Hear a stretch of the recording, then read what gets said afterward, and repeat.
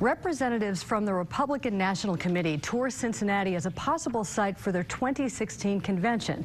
The main convention site would be the Queen City's largest indoor facility, U.S. Bank Arena, and that could hurt Cincinnati's chances to snag that event. On the Business Courier front page centerpiece this week, this is what we need. A look at how arenas in nearby cities are making Cincinnati suffer.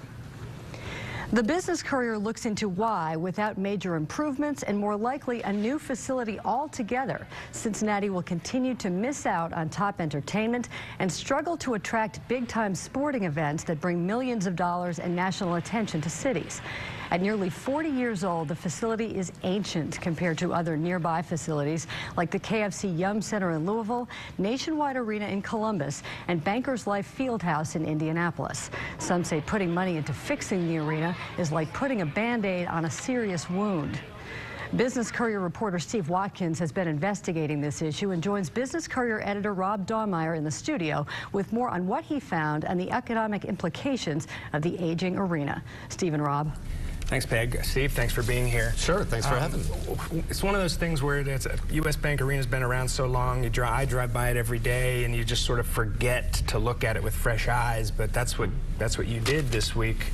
What's wrong specifically with U.S. Bank Arena? Well, there's nothing really inherently wrong with it per se. The problem is, as we said, it's 40 years old, and the biggest problem is what it is not. And what we did is looked in the surrounding areas, Louisville's Yum Center, Columbus's Nationwide Arena, and Bankers Life Fieldhouse in Indianapolis.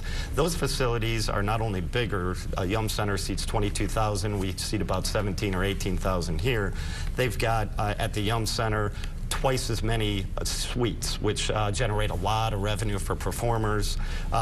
They've got 3 times the number of bathroom facilities, for example. Right. I mean, just a lot of amenities, tons of concessions that we don't have here, lots of space, and lots more opportunities to generate revenue and other premium seating. That old arenas like U.S. Bank Arena, they just don't have the space or the ability to do it, no matter what they do to renovate it. And each of those 3 are an hour and a half, 2 hours away from Cincinnati, so they're close enough where people, a lot of events and tournaments. Next year's NCAA basketball tournament, all 3 of those cities are in, and we haven't had that in 30 years probably. How do they fix this? Well, there's a couple things that have been talked about. One is renovating. U.S. Bank Arena's owners, which is privately owned by the Niederlander Entertainment Group, they're already putting $4 million into it this coming year, and they're going to add some premium seats, add more locker rooms in hopes of getting an NCAA tournament. So it can be renovated, but one local developer told us even if you put $100 million into renovation, it's still not going to be the Yum Center or even close to it. And so most people are saying, really, if we want to do this, we need to build a new facility.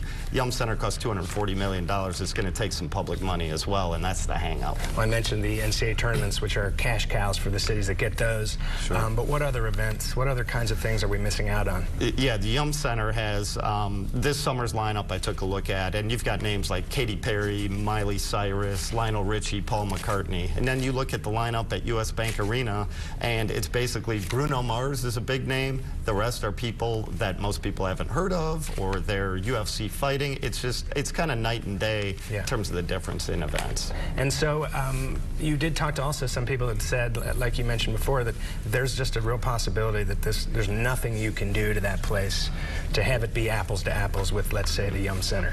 That's right. There are even things like what they called the ceiling load. A lot of these performers will hang things from the ceiling, and older arenas don't have the stability to handle stuff like that. Areas for entrance, staging, and things like that for performers, locker rooms, all that stuff, let alone all the amenities for fans and customers. There just isn't the square footage or the space there at U.S. Bank Arena. They can fix it up a little bit, but they can't match up with these new arenas. Well, we'll see what happens, and I'm sure we'll have a lot more on this. Thanks for being here. Sure, thank you. Peg, back to you. All right, thanks, Steve and Rob.